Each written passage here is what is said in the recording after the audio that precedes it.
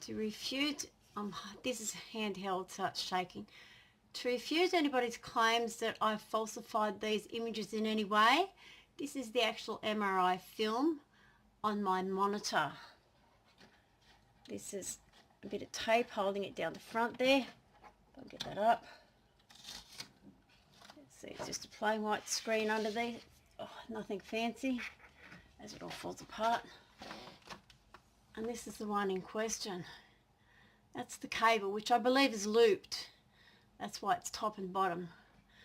These cables, they loop them on the head when they do implants on the head. And that's my MRI film. Is the date on that one? It's the 5th of April 2006 up there.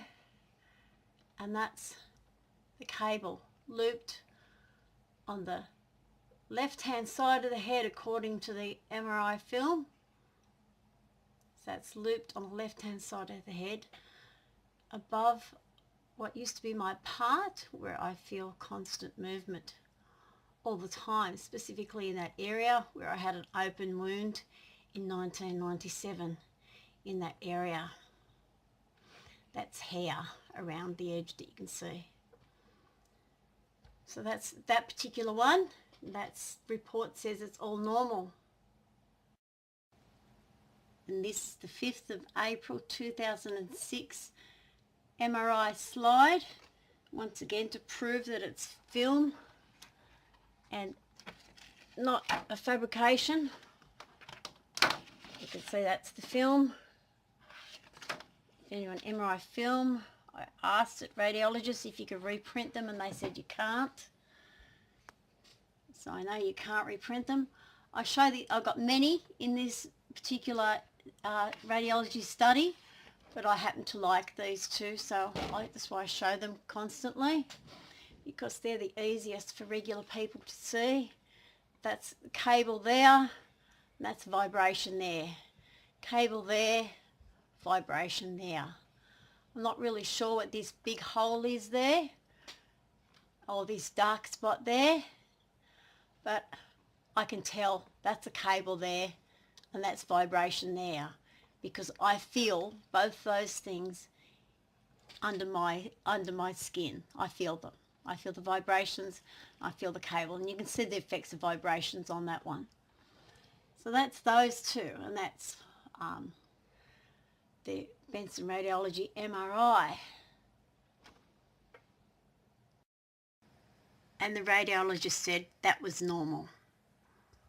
They said these things were normal, which, as you can see, you look at anybody's MRI on the internet, you can see that's not normal. The person who took this has gone to a different radiologist.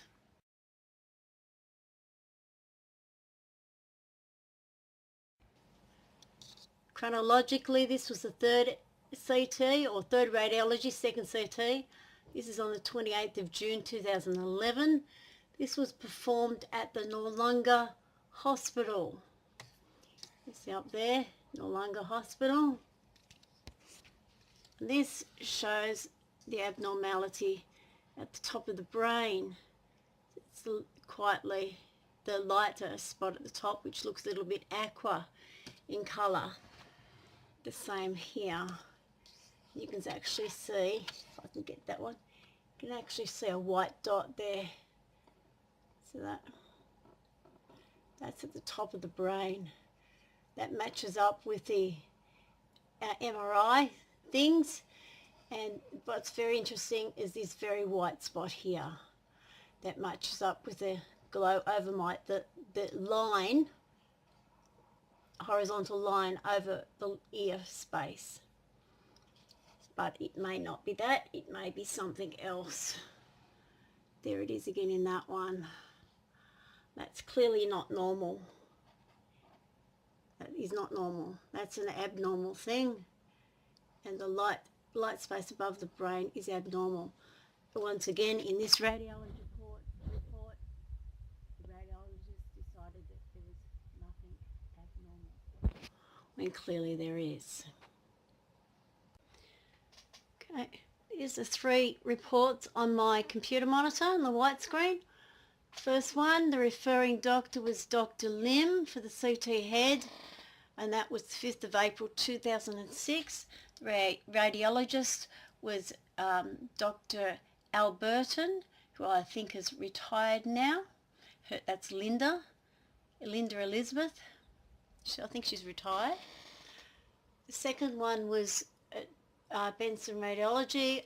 That was referring doctor was, I don't think it's on there actually. Yes, it is. Referring doctor is ENT Dr. Neville Minnis. That's done on the 5th of May 2006. And the radiologist is Bill Loftus, affectionately known as William. This is the third one that was done at Noarlunga Hospital on the 28th of June 2011. Referring doctor is Kate Nielsen, and the radiologist, CT head, radiologist Mr. Anthony Morfitt. The April 2006 scan shows the looped cables on the top of my head on this side. That's near where the puncture wounds I found in 1997 when I lived in 1 Swain Drive, Wilton. The second scan was an MRI. It shows cables at the back of my head, about in line with my eyes, and that's where I feel the sparking in the back of my head. I actually feel sparking up there too. I feel sparking wherever the cables are in the back of my head there, and I feel movement and quite a lot of pain at times, and always have constant headache. And the third scan, which is a CT from Noarlunga Hospital, actually shows the marks at the top of the brain, which would be in this back area from the centre to the crown. It actually would be the whole area from the centre to the crown like that. And that's where there's a lot of pain, and I have to put ice packs on my head sometimes. It burns that much. So I have to sit with ice packs on my head. And anyone will tell you that not to put ice packs on your head because it can damage your brain. I don't have any choice, because if I don't, I think I'll end up with brain damage from the excess heat. So this is the 3 scans are proof of a criminal conspiracy. It's prima facie evidence of a criminal conspiracy. I feel constant, that's why I rub my nose, I feel constant sparking all over my head, constant headache all the time. I have a constant ringing in the ear, at the back ear, from the apparatus at the back of the ear. I've got indents on my skin, on my face. I'm just talking about, I've got it all over my body, but indents on my face and extra rough skin in places where it shouldn't be rough. The indents are caused by either microwaves or radio waves burning my skin and causing an indent. If you want to sort of understand what it's like, get an orange, stick it in the microwave for a little while till it starts to burn little spots, pull it out and you'll see the recesses, and that's exactly what my skin looks like. So it gives you an idea, it potentially is microwaves.